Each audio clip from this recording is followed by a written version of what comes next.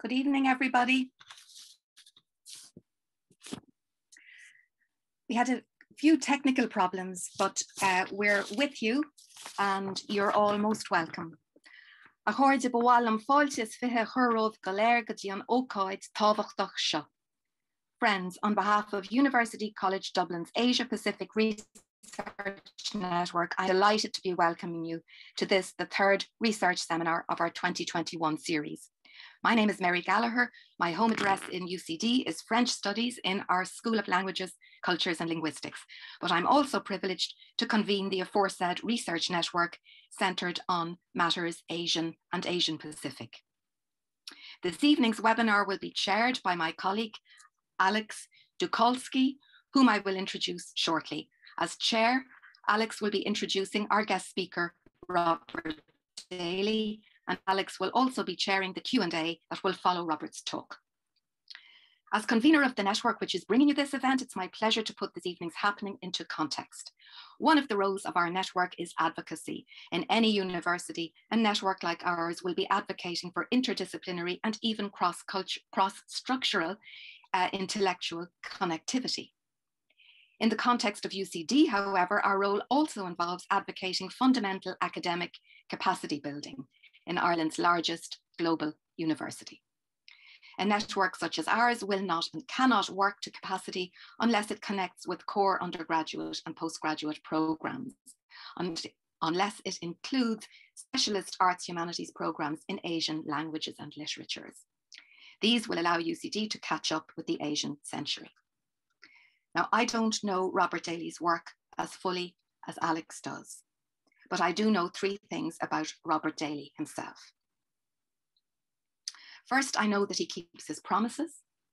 In late 2018, he promised that he would come to speak at UCD, and here he is. Second, I know, because he told me so, that like the new West Wing incumbent, he cares about Ireland. The third thing that I know about Robert Daly is one of his fundamental beliefs. This particular credo could probably be surmised from his career resume, but as it happens, he has been captured on videotape spelling it out. As we might expect from a longtime professor of Chinese, Robert Daly insists that students of China, or anybody who deals with China, needs to know not just its spoken words, but also its written words, and the imagination, poetry, literature, memory, and complexity embedded in those words. And from all of this, I deduce that Robert Daly is an ally to our cause. We are in truth most fortunate to have Alex Dukolski working and networking on our side as well, but from within. Alex works in UCD's School of Politics and International Relations. His research centers on authoritarian states, but also on Asian politics and international human rights. He works on Myanmar and North Korea in particular. Alex took a dual PhD in political science and peace studies at the University of Notre Dame, and he also holds a master's degree in international human rights from the London School of Economics. His first book, Authoritarianism in the Public Sphere, was published by Routledge in 2017. Okay, well, thank you very much, Mary, for that introduction. We're very lucky to have Robert Daly with us. Robert is the director of the Wilson Center's Kissinger Institute on China in the United States. He was formerly a U.S. diplomat in Beijing. He has been an interpreter for Chinese and U.S. leaders, Jiang Zemin and Jimmy Carter, for example. He has a long career in academic administration, and he has a deep knowledge of both sides, the politics of both sides, and a deep empathy, I think, for the positions of both the United States and China. So we're very lucky to have Robert here today to talk with us about global U.S. China relations in the Biden-Xi era. Robert will talk for about 25 minutes or so, and then we will take questions and we'll give Robert questions. If you have questions, put them into the Q&A panel. So with that, we will hand over to Robert. Well, thank you. can you see me? Yes, you got me. Thank you, Professor Dukalskis and Professor Gallagher. I'm very glad to finally be with you there at UCD. I'm sorry we got a late start today. I'm coming to you from the Wilson Center in Washington, DC, which has been, for the most part, closed since COVID hit last March. And as bad luck would have it, today is my first day in my new office. So the tech suite at my end wasn't working as well as it could. I associate COVID, probably more than most of you would like, with Ireland. A year ago, March, I was actually in Dublin on the day that the first case appeared. It was on the Trinity College campus. I was there to visit my son, who was then a sophomore at Trinity, studying Irish history. And I also gave a talk at IIEA. And this was just before the flood of cases. It ended up closing Trinity down, and it cut short my trip. I'm very, very eager to get back and hope that if and when I can visit you there on your campus. First, I'd like to talk about global U.S.-China relations, but I'd like to begin with a summary of where the relationship is today, then a few notes on China itself before getting into China's global ambitions, and then a conversation. First, what is the nature of the United States-China relationship today? And this will probably not surprise you. This is a consensus view, I think, around the world. It's certainly a consensus view in Washington. And I would argue that it's a consensus view even in Beijing, although the Beijing government doesn't speak this way and doesn't admit it, because the Beijing government is not yet comfortable framing U.S.-China relations as a competition. It's not part of Chinese political culture to have another nation, a major nation that is both a competitor and a cooperator. Beijing's America watchers, their foreign policy people, are very smart. They realize this, but they haven't quite caught up with the United States in saying that, yes, in fact, this is now a fundamentally, not wholly, but fundamentally contentious relationship. The United States and China are engaged in what is going to be a very long-term, high-cost, high-risk competition to be the primary nation, the nation with the primary influence in shaping global security architectures, trade, investment, economic regimes. Very importantly, the development, marketization, and regulation of technology. That's now seen in both capitals as a key to global leadership and global competition. And they're also competing increasingly to shape what is loosely described as world orders or regional orders, the norms and practices by which nations interact with each other. And because they're competing to shape global norms, they're also competing to shape the value systems, the vision of human good or human flourishing that underlies global norms, underlies all of the systems that we use to interact with each other. So this is a major challenge. The United States, ever since 2017, has said that China is the United States' greatest long-term strategic challenge. That was under the Trump administration. The Biden administration has now reaffirmed that. And that presents a question to us right at the beginning. And I hope that we have a chance to discuss this with all of you. Yes, China is the United States and much of the world's greatest strategic challenge. But the greatest strategic challenge that we face is not necessarily the greatest challenge that we face overall. What is unique about the situation that all of us currently face is that we have to deal simultaneously with a range of epochal changes, any one of which would rock our boats and change our thinking on its own. So we have not only a new geostrategic competition, which has now become, dealing with which has become a major concern in most capitals around the world, but we of course face new challenges for global health, global warming, and the loss of biodiversity.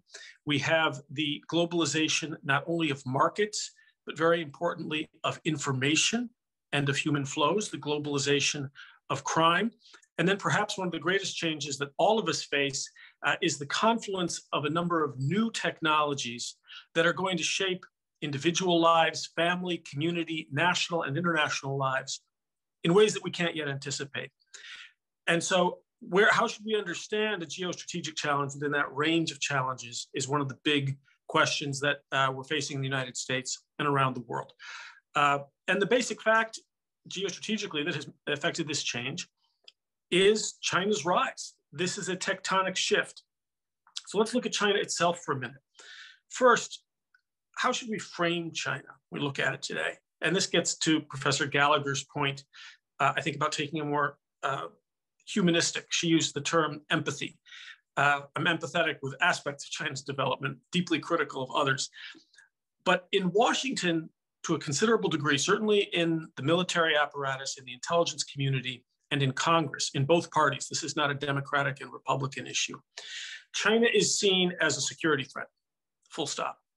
The most exaggerated versions of this say that China constitutes an existential threat to the United States. I think that that's wrong. I think that it's going to lead us into making wrong policies, wrong moves, wrong investments. We're focused in Washington solely on the security threat. I don't think that's the right way to come at China. I think the way to come at China is to view it as a human proposition, one feature of which is an increasingly concerning security threat to the United States and to many other countries. But it's a complex human proposition, 1/5 of humankind. This would be very difficult under any circumstances, even if the Chinese Communist Party weren't in power. So I think we need to understand China in its entirety and in its complexity if we are going to form effective policies. Now, from China's point of view, its leaders and many of its people are mystified by the Western narrative. And it's not just American. This is increasingly shared in Europe, through much of the developed world, and even in some of the developing world. This narrative that China is a bad actor. This is I know that this isn't the operative narrative there in Ireland. It's more complex, although I gather it's also shifting. I'll be interested to hear what you have to say about that. But there's a growing notion that China, under the leadership of the Communist Party, is a bad actor. A bad actor within its own borders, where Xi Jinping has, without question, become far more repressive using the Maoist playbook. And it's not just the ethnic repression of the Uyghurs and the Tibetans and the Mongolians. And it's not just the obliteration of freedoms in Hong Kong. Within China itself, Xi Jinping has repoliticized and securitized entertainment, education, think tanks, the media, law. These, I think, are indisputed facts that China has made a turn toward more leftist tactics domestically. It has moved from developmental authoritarianism toward a form of technologically enabled totalitarianism, the building up of a surveillance state. So this is a very powerful narrative in most of Europe and in the United States. It's a bad actor at home. China is seen as a bad actor increasingly overseas, where it is viewed as leveraging its wealth to create a more illiberal global environment. We'll come back to this. And China is also seen increasingly as a bad actor within the borders, within the communities and institutions of the United States, of Canada, of Australia, New Zealand, the UK, much of the rest of the world. Estonia, Czechia have become very critical of China's influence operations within their own borders. This surprises China, because the Chinese themselves, and not only the Communist Party, but many ordinary Chinese, tell a different narrative about China. They have a victory narrative and a virtue narrative. It's a virtuous, righteous, moral path that China has been on. And that is founded in China's very successful lifting of about 850 million people, according to the World Bank, out of extreme poverty in a very short amount of time. This has never been achieved before. The period from about 1995 to 2005 in China has been called the greatest net increase in human happiness in any decade in human history, for this reason, getting people out of poverty. China is extremely proud of that and believes that that success proves that the choices it has made domestically under the Communist Party and now internationally are correct. So China, arisen China, is now making its move. Under Mao Zedong, and this is using a Xi Jinping formula, China stood up, got China back for the Chinese. Under Deng Xiaoping, China got wealthy. Deng pointed the road to wealth. And now under Xi Jinping, China sees itself, certainly Xi Jinping sees himself, as reclaiming China's historic and correct status at the center of at least the Eastern Hemisphere and maybe the world. China is quite sure of its trajectory, quite confident. It's also quite sure of the West's trajectory and the trajectory of the United States in particular. It sees the United States and the West, the world sort of shaped by Enlightenment values, as in terminal decline. Our day is done. It recognizes that America and the West have a lot of residual power, but it sees us clinging by our fingernails in a dangerous and diluted way to whatever we can maintain of our hegemony. Washington is also aware that Beijing sees us as being in decline, and you can imagine how that goes down here in Washington. So China is projecting a lot of confidence under Xi.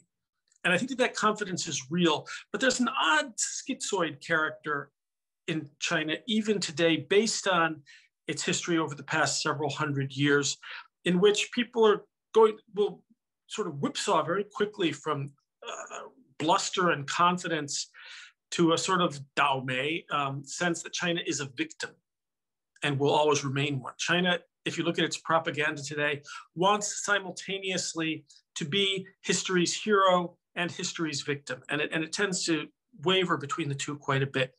And China indeed, and this is often forgotten in Washington, does face many, many constraints. Any one of which, following that I'm going to list, could end the developmental party for China, although that's not what I'm predicting. One of the most severe is demographics. China now has about 7 workers supporting each retiree. By 2030, that will be about 3 workers supporting each retiree with an incomplete social safety network. It's been said that China is going to be the first country to get old before it gets rich. China has crippling debt burdens, especially in the localities. It continues to have a major problem with corruption, not only in government, but in the professions as well, in education, in medicine, in law. You give a hongbao, or a red envelope with money in it, to sort of grease the skids from top to bottom. China's pollution problem, which we don't read about as much now, but it again is a major brake on development. Not just its air pollution, which is the one that we read about the most. It's also the easiest to clean up, but water pollution, land pollution, salinization of the land, a major problem. The water shortage in the north of China, where too many people live nowadays, is something else that is going to slow China's development. And then probably its biggest issue from China's own point of view, if you listen to Xi Jinping's rhetoric or that of Li Keqiang, who's the premier, is the growing rich-poor disparity in China. I think this, the domestic issues, and especially the rich-poor disparity, this is probably the first thing on China's leaders' minds most mornings. Li Keqiang, the premier, in May of last year, said that China still has, despite all the people lifted out of poverty, 600 million people with a monthly income of about 140 US dollars. That is very low. The American poverty line is a little over $1,000 per person per month. So what that means is that even today, the number of Chinese who are living on about 1/7 the income of poor Americans, that number of Chinese is almost 2 times the population of the United States. China has the world's largest consumer class. This means it's going to become the tastemaker to the world in terms of both supply and demand. It is arguably the world's largest talent pool, and yet it still has this crippling level of poverty. China also faces trouble on its periphery. I mentioned Xinjiang, Tibet, Hong Kong, Taiwan in a very different way, increasingly Mongolia. None of these places, after 70 years of the rule of the PRC, of the Communist Party, they've had 70 years to convince the peoples of Xinjiang, Tibet, Hong Kong, and Taiwan that being part of the PRC is in their interest. And even with China's tremendous economic success, they haven't been able to make the sale. People on the periphery don't want to be part of the PRC. And even beyond China's periphery, world public opinion is at an all-time low toward China. Most nations value very highly their trade and economic relations with China. They want access to the Chinese market. Many nations, certainly including the United States, Canada, Australia, have benefited tremendously, immeasurably from the flow of Chinese talent into the United States. We need the brain drain, and we've had it. But still, despite all of this, public opinion and trust in China is very low. And then lastly, I think that one of China's greatest constraints and greatest weaknesses, and here Xi Jinping certainly would not agree, is sclerotic politics. China this summer is going to have a very noisy celebration that you'll be hearing about there in Dublin of the anniversary of the 100th year of the founding of the PRC, of the Chinese Communist Party in 1921 in Shanghai. China is still ruled by a party that was small, that was formed as a revolutionary party, a wartime party, a Leninist party under the tutelage of the Soviet Union, when China was at war and a desperately poor agrarian country. That Leninist model is still to a considerable degree the model that obtains in Beijing. It's evolved, it's proven resilient in many ways, but it's gotten even more Leninist under Xi Jinping. Can that kind of politics continue to satisfy the desires and needs of the Chinese people? So China today, how do we look at it? I was just on a call with a number of senators and congressmen this morning, trying to help them frame China. And I'm going to tell you how I've come to think about China in very broad strokes right now. And it's evolved. My views of China have changed a lot over 35 years. But when people, policymakers in Washington ask me what China is, how should we view it? I tell them it's a vast, hegemonic, materialist police state. It's also a peer competitor of the United States, something that we've never faced before. Now, let me say that again, vast, hegemonic, materialist police state. That sounds like a straightforward damnation of China. I don't mean it that way. When we say that a country is a police state, I think most of us instantly sum it up sort of Orwellian dystopias, gray people with gray skies and gray cities, skulking in the streets in gray clothing, looking over their shoulders at an oppressive state. That's what the notion of a police state summons up. But when you go to China, that's not what you find. This is where it gets really complicated. In most Chinese cities, what you sense instead is energy that comes up through the sidewalks, ambition, pride, creativity, an entrepreneurial spirit, a real happiness to be Chinese. It doesn't smell and look like a police state. The surveillance is always there, the people are aware of it. And yet there isn't the sense of oppression that we expect to go with that. Why is that? As I said, it's a vast, hegemonic, materialist police state. It is not true, as many people in Washington would have it, that the Communist Party doesn't care about the people of China. Untrue, slanderously untrue. It does care very much about their well-being, about increasing their standards of living, their technological well-being, their medical and educational outcomes. Their legitimacy depends on this. And so they have created in China over the past 30 years, not only a nationalist ethos, but a consumerist and a materialist ethos. Now, what they don't care about, what the government is opposed to, is the top of the pyramid in Maslow's hierarchy of needs, if you're familiar with that. They're not interested in individualism, personal realization, political participation, that sort of thing. Xi Jinping's model of well-being for the Chinese people and the rest of the world, this is where we get to global China. His proposition is that we human beings are homo economicus, that if our economic needs, broadly construed, are met, nice clothing, nice house, nice cars, our kids can go to school, we will be happy, the country will be stable, and it will develop without needs for individual actualization, political and social freedoms, freedoms to create a vibrant modern culture. Those things Xi Jinping isn't interested in. And so far in China, while there are many different views in this country, there are dissidents, there are many artists and intellectuals who disagree with a lot of what Xi is doing. China was so poor for so long until so recently that most Chinese seem to, for now, accept Xi Jinping's view that we are homo economicus, and in the main, seem grateful to the Communist Party for providing the stability that has let them develop. And then China is also, as I say, vast, large, wealthy, and hegemonic, increasingly interested in influencing decisions and behaviors outside of its own borders. So does that mean that China is like the Third Reich? Is this Lebensraum? No, it's not. Is it like the Soviet Union? Is it interested in a worldwide communist revolution and essentially expanding its borders and absorbing other nations? No, it's not that either. It's something new. It would like to absorb Taiwan and everything within the first island chain in the Western Pacific. But this is not Lebensraum. This is not the Soviet Union. So what does China want? It sees its rightful place in the world as being the first nation among other nations which are not quite equal. It sees the world in hierarchical terms, and it's quite straightforward about this. It speaks of Daguo, big countries, middle-level countries, small countries. That's a hierarchy.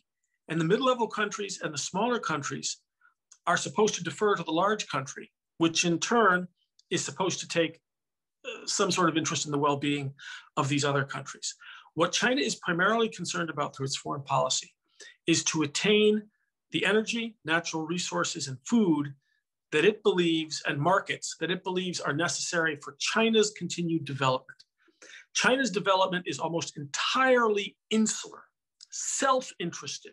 They're not trying to convert the world the way the Soviet Union was, and they're not really trying to take it over the way the Third Reich was. And China, I think, sincerely doesn't care if other countries are democratic, as long as China can have access to the markets of those countries, and as long as it can get the goods, the natural resources, the food, the energy that it needs.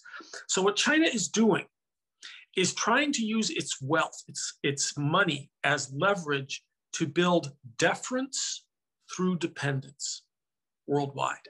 Deference through dependence is the fundamental formula of China's foreign policy through its infrastructure lending, for example, what China calls the Belt and Road, through granting access to China's markets, through investments that it makes in other countries.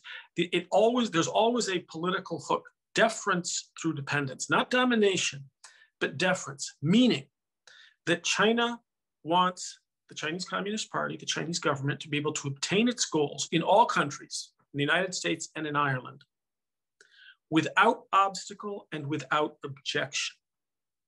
And this is where it gets tricky. Because China says that it invests without political prejudice, that it doesn't interfere in the internal affairs of other countries, and that it doesn't try to export ideology. And much of that is true in the first instance. That isn't China's goal. As I say, China isn't really trying to change other countries. It's trying to benefit itself. But because it wants deference without obstacle and without objection in other countries, what that ends up meaning is that if you want to have a vibrant economic relationship with China, and most nations in the world do, that if you have a free press, you have to muzzle it. And if you have a vibrant civil society, you have to tamp it down. And of course, that has the indirect effect of exporting an ideology. You don't get to criticize China without paying a price. And here I would encourage you to study the example of Australia, which China's published a whole list of Australian sins. But the primary sin is that Australia called for an objective, scientific, and international investigation into the origins of COVID. This is something that clearly should have been done a long time ago. That would seem to be a call for something that is based on science and global welfare. And since then, China has been punishing many Australian industries, limiting the exports of wine, the exports of lobster, the exports of grain to China. Now, interestingly, they still need Australian ores, iron in particular, so that Australia's total exports to China haven't gone down, but some of their industries have been decimated. So China takes names. There are many benefits to cooperating with China, and certainly to having an economic relationship with China. But if China feels criticized, it is going to mirror and amplify what it sees as attacks from overseas. And this has been seen in Chechnya, it's ongoing in Sweden, it's been seen in Norway, it's ongoing with Canada. So China plays, hardball in these ways. I think we could get into the Biden administration now with its competition just very quickly on this, because we want to have time for Q&A. What is the Biden administration's view? And I should signal right up front that I'm supportive of the Biden administration approach, broadly speaking, although I have some critiques. First, Biden has made very clear that it is more important for the United States to compete with China than to simply call it names, which is what we see the Trump administration as having largely done. So the Biden administration has said clearly that step one is to reinvest at home to make the United States more competitive, reinvest in infrastructure, in education, in research and development. That's number one. Number two is to repair America's alliances. America bled out soft power under Donald Trump over the past 4 years. Trump said that China was our greatest challenge, but he never really prioritized it. Instead, he conducted a war of all against all and threatened our allies in Asia and Europe who share our concerns about China by imposing and threatening to impose tariffs on them. So Biden wants to improve American competitiveness, restore American institutions. We've got a lot of domestic problems. Then build up our alliances, just sort of to improve our throw weight vis-a-vis China. And then, and this is very different from Trump, cooperate with China when we can. Our Secretary of State, Tony Blinken, has said that we will compete with China when we need to, that we'll be adversaries when we're forced to be, but that we will also cooperate when we can. So it's primarily a program for Biden of national restoration in the United States and then competition with China. Biden has said repeatedly that the United States needs a foreign policy that works for the middle class, that it will not complete further free trade agreements until the American worker is more competitive and American infrastructure has been rebuilt. This makes sense, but there's a problem with it. This national restoration project, restoring Americans' faith in our institutions, in our democracy, making workers more competitive, rebuilding infrastructure. This is the work of a decade, if it can be done at all. And China is on the move now as we speak. So America has to find a way to walk on both legs, to join hands with allies, and to compete vigorously with China, especially to try to maintain a more or less liberal, more or less rules-based order that China will also play by. And it has to do that even as we face daunting challenges here at home. The Biden administration, despite its claim that it was going to be patient, has actually been extremely active. The Secretary of State has traveled a great deal. Joe Biden has met with the leaders of the Quad, Australia, India, and Japan. The Prime Minister Suga of Japan is in Washington now. This is largely about China. We see this in the United States and most of Europe, and I meet with a number of European groups, Chatham House and others regularly, share this view. There's a diversity of views, but they mostly share the view that China has to be in various ways contained. Not that its economic relations need to be contained, although they need to be channeled through institutions and rules that work for everybody, but that its political ambitions, its ambitions to lead and to legitimize a party and practices, the Chinese Communist Party, that has gone again from developmental authoritarianism to techno-totalitarianism, that mustn't be legitimized worldwide. So again, a decades-long, worldwide, comprehensive, high-risk, high-cost competition in which no country from which no country is going to be entirely insulated. Countries of any size are all going to have to deal with this to some degree. It doesn't mean you'll have to pick sides, but it means you'll have to hedge and balance very carefully. Thank you. Thank you very much, Robert. That was a fascinating tour of U.S. China relations, and it's a shame we only have a half an hour because I would like to pick your brain about a number of things, but we'll try to focus. I'm going to ask 2 questions and get your response, and then to the participants, if you put your questions in the Q&A box, then I'll pick some out and feed them to Robert. So Robert, I'll kick it off with 2 questions. One is about the last month's meeting in Alaska. I'm sure many participants saw kind of the headlines of the 2 sides, expressing their frustrations with one another. What happened, right? Was that just kind of sides performing for a domestic audience, or genuinely blowing off steam, or, because both, the people on both sides are seasoned professionals? Did they get down to business afterwards, or what happened? And the second question, and I'll let you answer them together, is you talked about deference without dependence. Deference based on dependence. Deference based on dependence, and deference without objection, and so on. What is a small country like Ireland, with human rights as a pillar of its foreign policy and an active civil society, supposed to do, right? How are we supposed to manage that? So Anchorage was the first face-to-face meeting between Chinese and American leaders.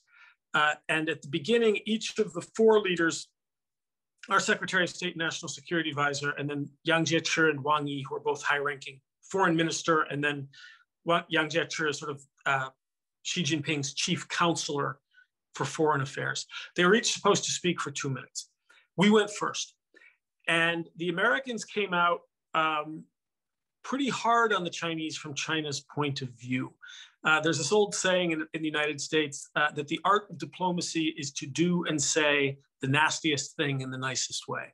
And that's sort of what Blinken and Sullivan did. Both of them, unlike their predecessors, unlike Mike Pompeo and Donald Trump, these guys have a very scholarly, sort of gentlemanly way of speaking. But there are an awful lot of thorns in that their rose. You know, the way that the Americans did it, they basically said to the Chinese in front of worldwide cameras that you guys are agents of chaos. You're agents of instability. The world is supposed to be based on rules. It's not might makes right.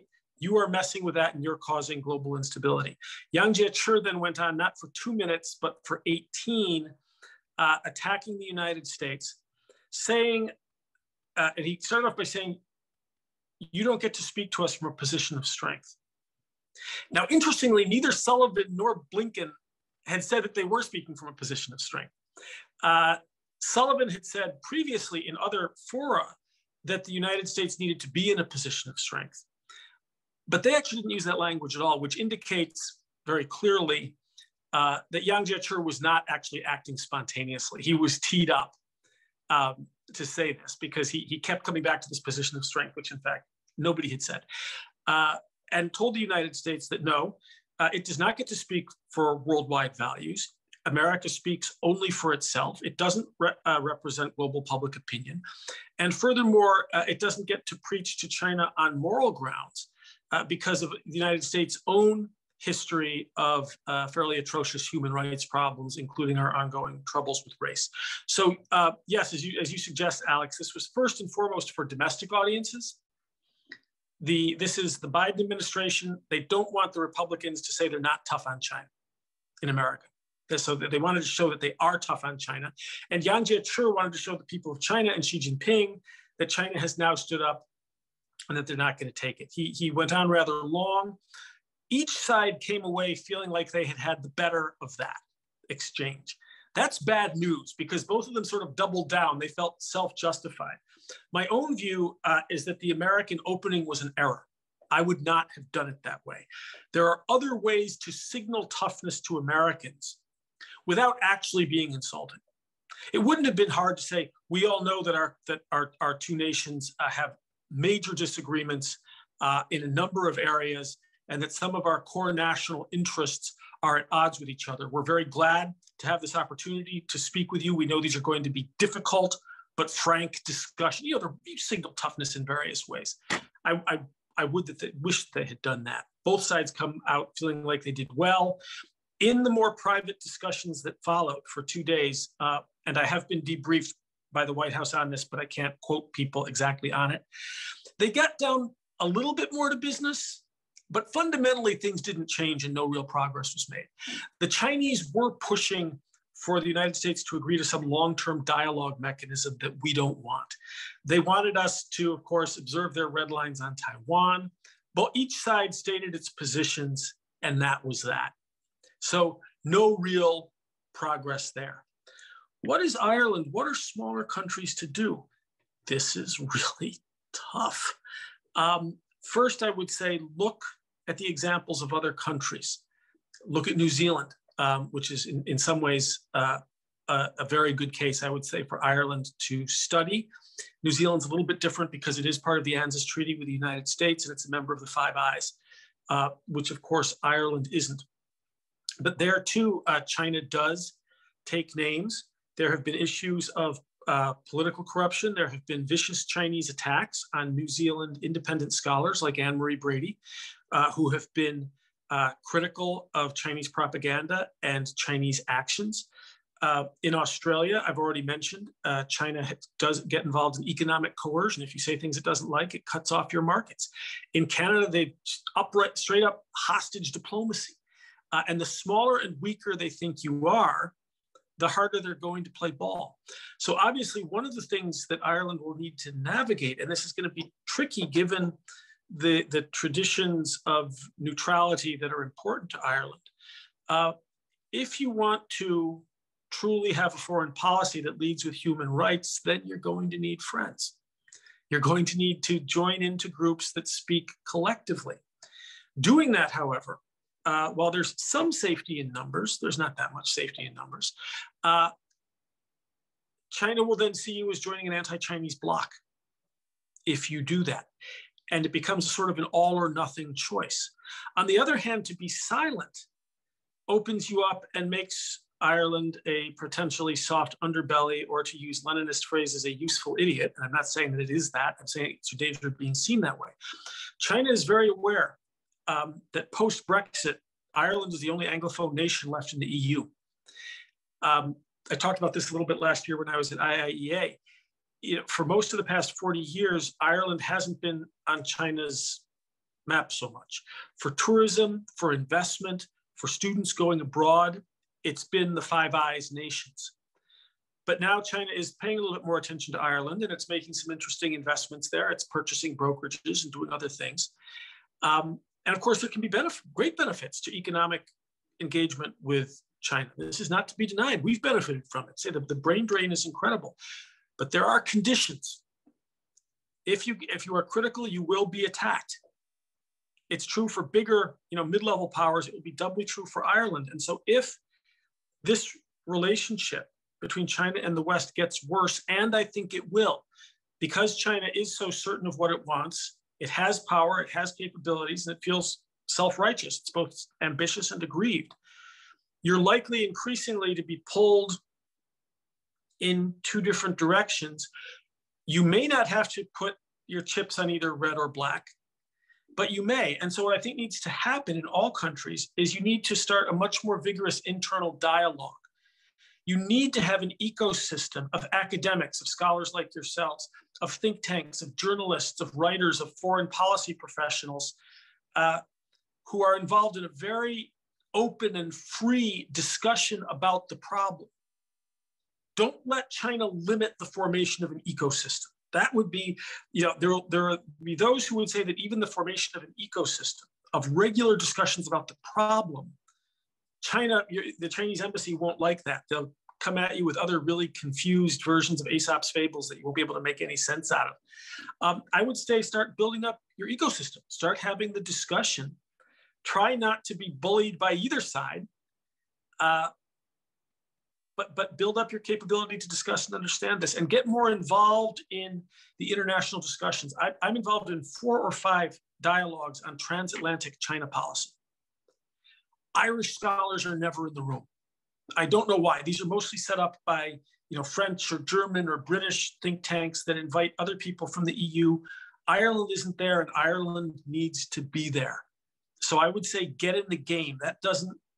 Getting in the game doesn't yet mean choosing sides. Excellent. A lot to think about there and to map forward. So we have a number of questions, Robert. I think given time, I'm going to gather 3 at a time and give them to you. Is that okay? It is, but as I said, I'm in my new office. I don't have a pen. So if I forget one of them, just remind me. I'll just give short answers. Sorry. Sure. So I'll ask you a question about what the biggest differences and similarities between the Biden and Trump administrations' China policy. I'm going to ask you then one from the China side, which is what is Xi Jinping lifting term limits and staying in power for the foreseeable future? How does that impact on the relationship? And the third question is one that you alluded to previously, but maybe you could expand on the rise of anti-Asian hate crimes in the United States and how that plays into the relationship. So Biden-Trump differences, Xi Jinping staying in power, and anti-Asian hate crimes. So Biden-Trump similarities and differences I've broadly touched on. Surprising number of similarities. The basic one is the Biden administration clearly accepts the Trump proposition that this is a contentious relationship. China is our greatest immediate term and long-term strategic challenge. That is the most important similarity. And the notion that it's not only here in the United States, but that this is a competition to shape, reshape global order. The Biden administration clearly agrees with that. So that's a fundamental similarity. The differences I think I've touched on. The Biden administration wants to reinvest in America, speaks about not just bad China, evil empire, but we've got to get our own act together. I think that we should not let Huawei into our 5G networks. I don't trust them as far as I can spit because I know how China works. But the fact that the United States and the West don't have a competitor for Huawei, that's not China's fault. That's on us, right? So we improve our competitiveness, actually prioritize China and value alliances, and then cooperate when we can. Those are three big differences. Xi Jinping has made himself China's leader for life. As long as he wants to be leader and is physically capable, he will be the leader of China. You've got to give him credit. He's very consistent. This guy is all about control, using every means, social and technological, to increase his control. And so that is the story for China as far out as we can see. We know how he sees his own power. We know how he sees the global system and the United States. We know what he wants, and he's going to be around to pursue it. So within China, many intellectuals, many people even in the party, remain deeply disturbed that he has made himself president for life. This will be affirmed in 2022 at another big party meeting, but it's really already done. And I would say that it increases the threat perceptions in other countries because there's no election or no turnover or no next guy you can wait for. It increases threat perceptions. This business of growing anti-Asian violence in the United States is a big problem. I see three layers to it. One is there's a long history of racism of all sorts in the United States. Of course, as all of you know, my ancestors came over from Ireland, and they felt they were subject to all kinds of racism when they came here. And then when the Italians came, nobody was worse to them than the Irish. And so we've got all sorts of problems with racism in the United States. There's a long history of anti-Asian and especially anti-Chinese racism. And that's sort of the bedrock, what's being appealed to now.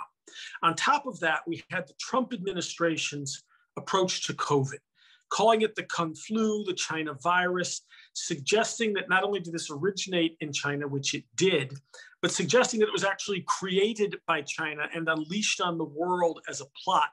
This is just utter nonsense and grossly insulting. And this is what's said about the decline in Chinese perceptions in the United States, that this COVID is China's fault has been the largest spur to anti-Asian violence in America over the past now year and a half.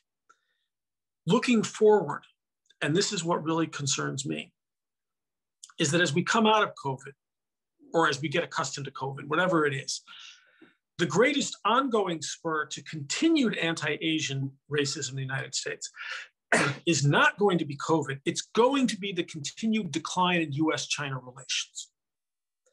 It's going to be a relationship that has many features like a Cold War of deep distrust. And so what's going to be spurring further anti-Asian feeling is going to be descriptions from politicians, from the media, and people like me who describe U.S.-China relations for a living. Our words are going to be what drives anti-Chinese xenophobia, anti-Asian racism. So if I'm right that this is a major challenge for the United States, and if I'm right that this gets worse, and I have to responsibly describe that, both for policymakers and American publics, how do I and my colleagues, how do we do this? How do we face up to a real security challenge without fanning the flames of anti-Asian racism? That's a huge challenge. And it's one that I don't think can be avoided altogether. I think, again, that just as the relationship gets worse, I suspect that a certain kind of anti-Asian racism gets, if it doesn't get worse in terms of number of incidents, at least it becomes an ongoing feature. Here domestically in the United States, I'm deeply worried about that, both for our nation, and my wife is Chinese, my kids are half Chinese, and it's where I live.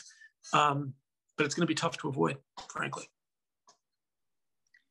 Okay, let me grab three more here. One is, can you talk about the Belt and Road Initiative? It's a huge question. Well, maybe you could situate it in the context of U.S. China relations. The second question is about Taiwan. We have kind of a general question about Taiwan, but maybe I'll put a bit more specificity on it. The Japanese Prime Minister is in the US now or soon coming. And kind of the media chatter seems to be that there's going to be a statement, some kind of joint statement about Taiwan.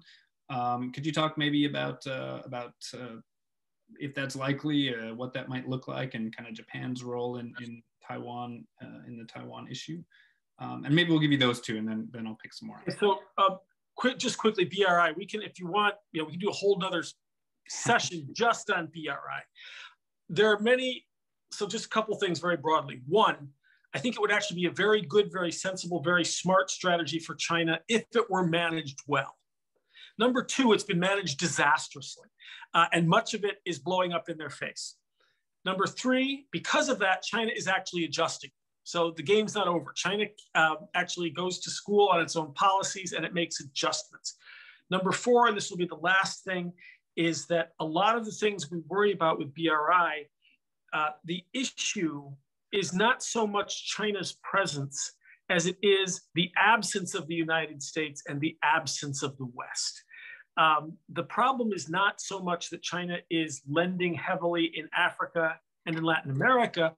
The problem is that the United States always ignores these continents. They're not part of our foreign policy at all, and that looks to be true even to a large extent under the Biden administration. So I think that this is largely on us, meaning the West and the developed world collectively. If we don't like what China is doing with its overseas infrastructure lending, we need to offer better options. I think that's on us. I have a lot of concerns about China, but Washington too often just demonizes China and leaves it at that instead of stepping up.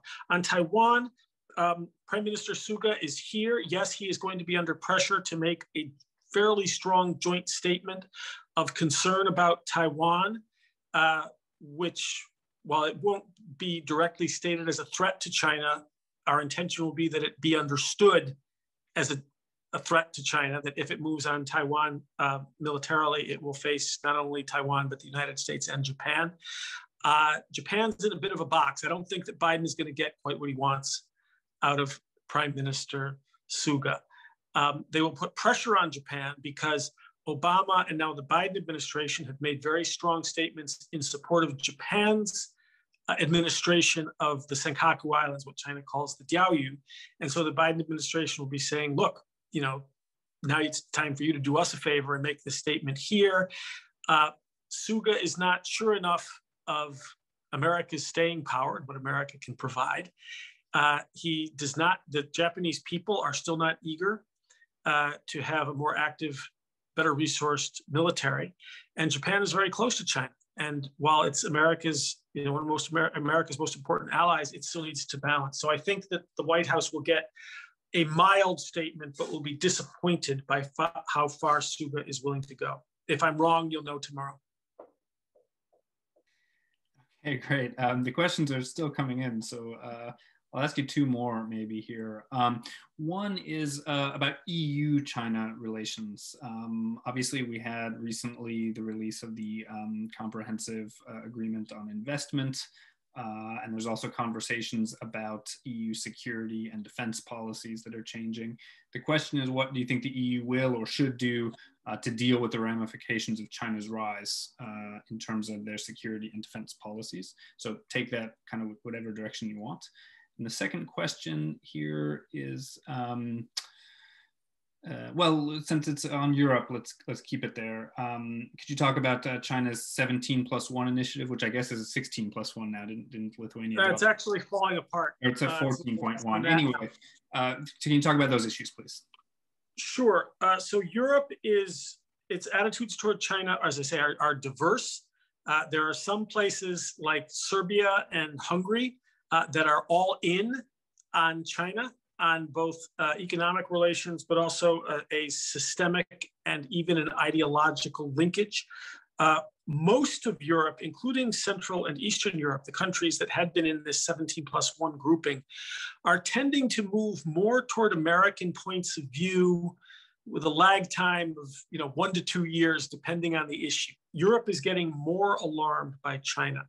And the reason for this is not that the United States has been skulking around in back rooms saying, don't play with China, play with us. We have been doing that, but that's not the reason that Europe has been changing its mind. It's been changing its mind because of China's own behavior and because of wolf warrior diplomacy, the bellicosity of China generally, and because, as I said, China takes names and it wants deference through dependence. Again, this is, I know it's my mantra, but I think it's a good mantra, without objection and without obstruction. And if, like the Czech Republic or the Norwegians or the Swedes or any number of other countries, you raise any kind of objection, China magnifies and hits back. And over petty stuff. Doesn't matter what it is, nothing is too small. And so Europe as a whole has seen this and has called China a historic rival.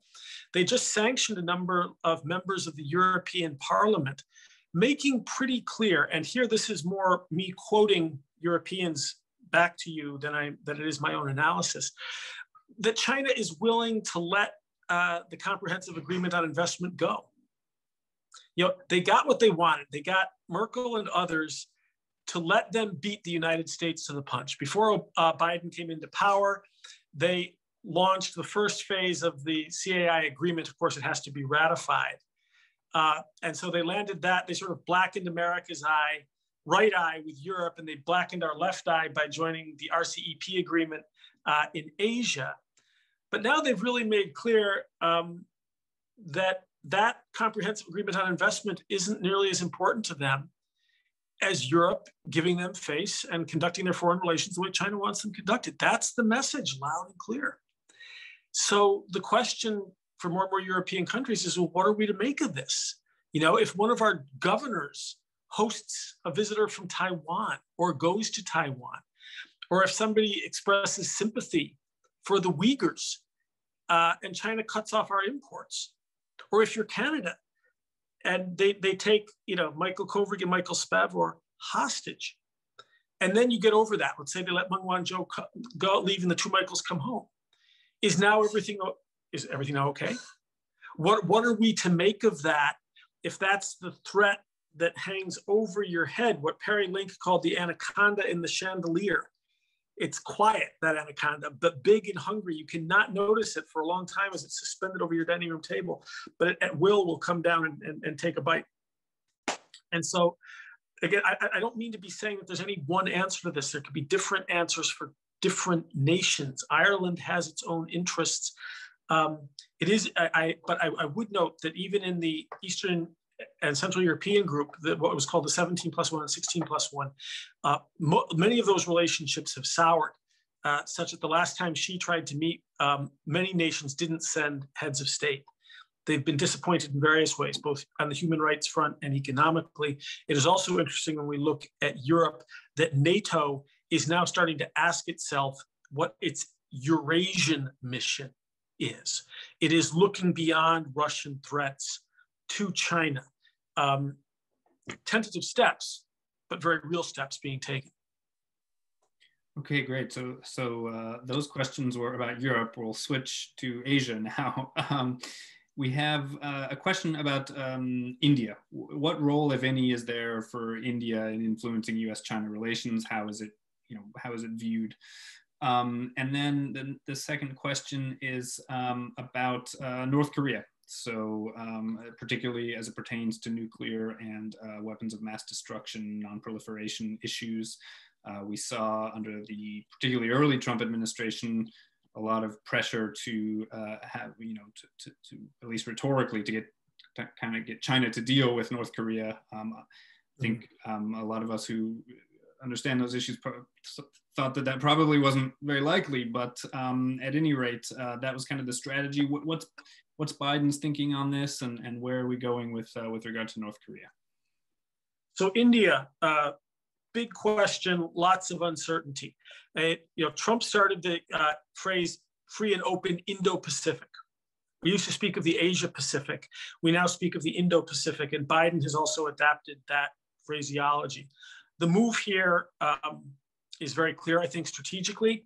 You make the chessboard bigger, and you give your side an additional queen in the form of India, that you bring that in on your side.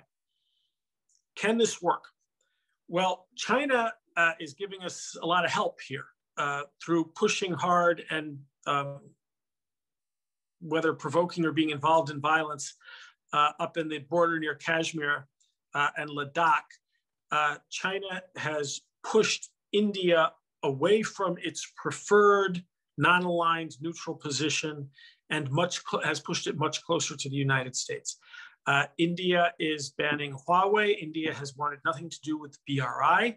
India is very concerned about China's investments in Pakistan. But it's not only that.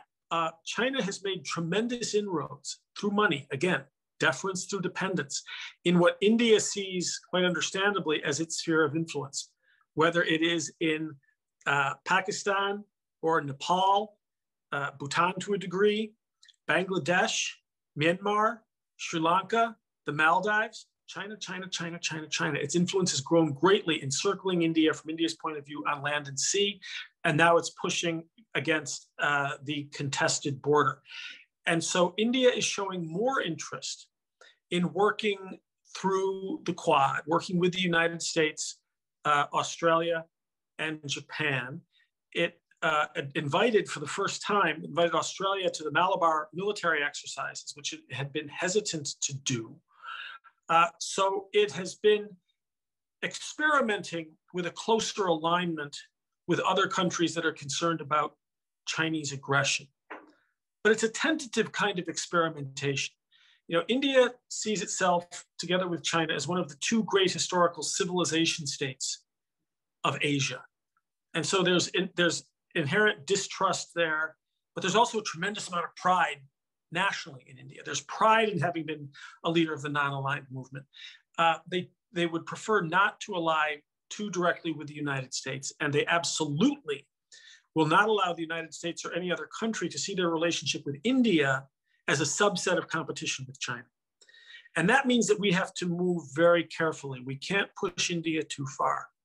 There's another set of problems, which is that we speak of the Quad as as a democratic alliance. And President Biden has also said he wants to put human rights back at the forefront of American foreign policy.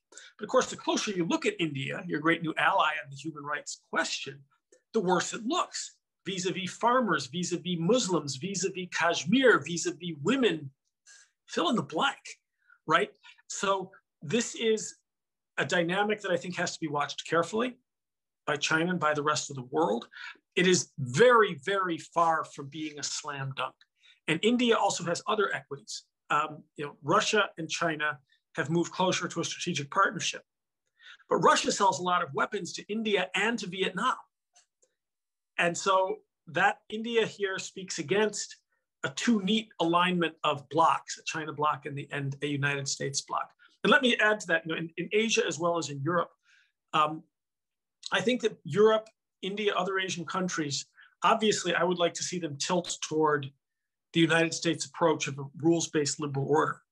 At the same time, I recognize that these regions and these countries' attempts to hedge and to balance China and the United States actually save both of the great superpowers from some of their own worst instincts. So there's a very important buffering role and complicating role here that I think is actually very helpful. North Korea, parameters of this question never change, right?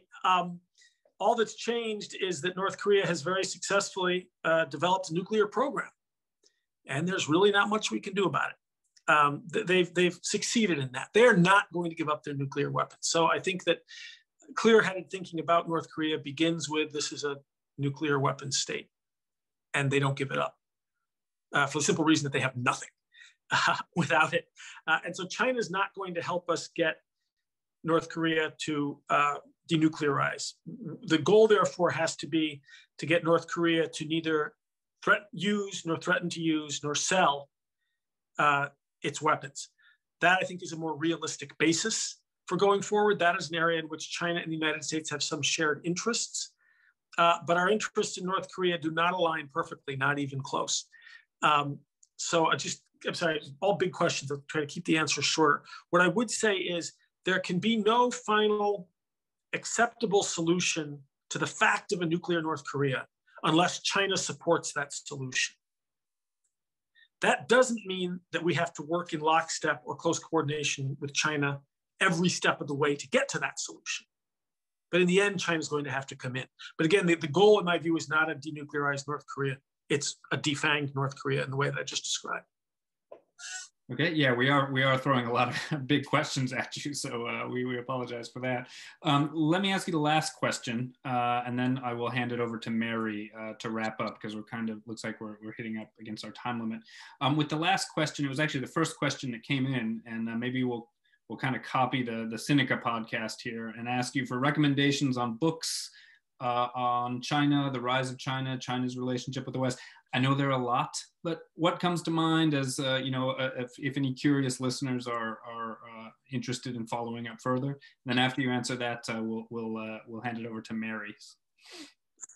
So there's so many books that come out on China constantly, and they're all sort of much of a muchness, frankly. I mean, some of them are very, very good, but they're here today, gone tomorrow. So what I would say is my two primary news sources are the FT and the Economist, which you can draw your own conclusions about what I think about the American media. From that, the Economist covers China, I think, particularly well. What I would do, and this comes back to Mary's original point about literature and history, if you want to understand China, I would go back and I would go deep. I think that the international treasure, one of our greatest writers on China, died a few years ago, Simon Leys. He's a Belgian scholar who spent most of his career in Australia, writing in English as well as in French. So two books. One is his collected essays, which is called Notes from the Hall of Uselessness. Now, that's what it's called here in the US. I don't know what version you can get there. In Ireland, it may be called The Angel and the Octopus, which is the title in Australia.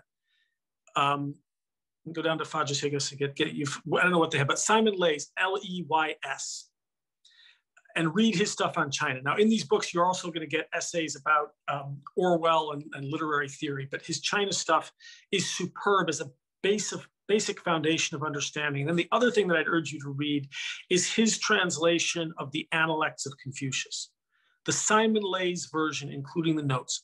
The Analects is a short book. It's a bedside table book. You can read a chapter a night and read the notes, because it will help you to understand China as the Chinese see it, which I think is our first task.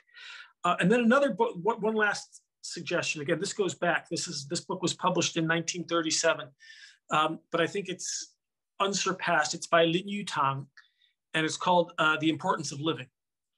And The Importance of Living, Lin Yutang was a Chinese who spent some time, he studied in Germany, lived in the United States for a long time. He was just a marvelously well-educated guy who ended up going to Taiwan and being a diplomat. But The Importance of Living is really a collection and an explication of all that is really best and most glorious in the ancient Chinese tradition, Buddhist, Taoist, and Confucian. And it really lays out the Chinese character in its full humanity, including its humor and its irreverence, and at times its obscenity and its appetites. And it brings us back, and I'll finish where I started, to the reminder that China is 1/5 of humankind. And so it's an interesting thought experiment when you're reading an article about China, the Chinese, the PRC, the this, the that, cross out all of the Chinas and replace it with 1/5 of humankind and see how that alters your reading of it. And Lin Yutang and Leys, and of course Confucius and the people they reference, will help you do this. So I would say read current events in good contemporary journalism. A lot of really good journalists working right now. But then go deep, go to the history and go to the literature is my first recommendation. Brilliant. Thank you so much, Robert, for coming to join us. And my only regret is we don't have more time, but thank you very much. And hopefully we can welcome you in person sometime. I'd love to go back. Okay, over to you, Mary. Thanks very much, Alex. Well, I almost don't know what to say. I'm so moved, Robert. I mean, a tour de force, and what an ending. But I know everybody will want me to gather myself together and conclude the evening's event by thanking you. Thanking you for so generously sharing your insights and your experience, and perhaps most of all, your counsel. not a word was lost on us, I think. For me, it was an absolutely riveting talk. It was so rich, a real intellectual treat from start to finish, and what a finale. I'd also like to thank Alex for your skillful moderation, Alex, and for getting all those questions out to Robert and to give him a chance to answer them. I know there were probably lots more. I need to thank our network's core support duo, Hugo O'Donnell and now Nori Kodate. And of course, a big wave as well to this evening's audience for your presence as well as for your questions. We'll be fading out now on a couple of visuals of our network. A recording of this evening's webinar will be available in due course. Or muichas live galer as och bethelin and ocht, ihawa, tegi slán, keep safe, hold firm, and have a peaceful evening. Thank you.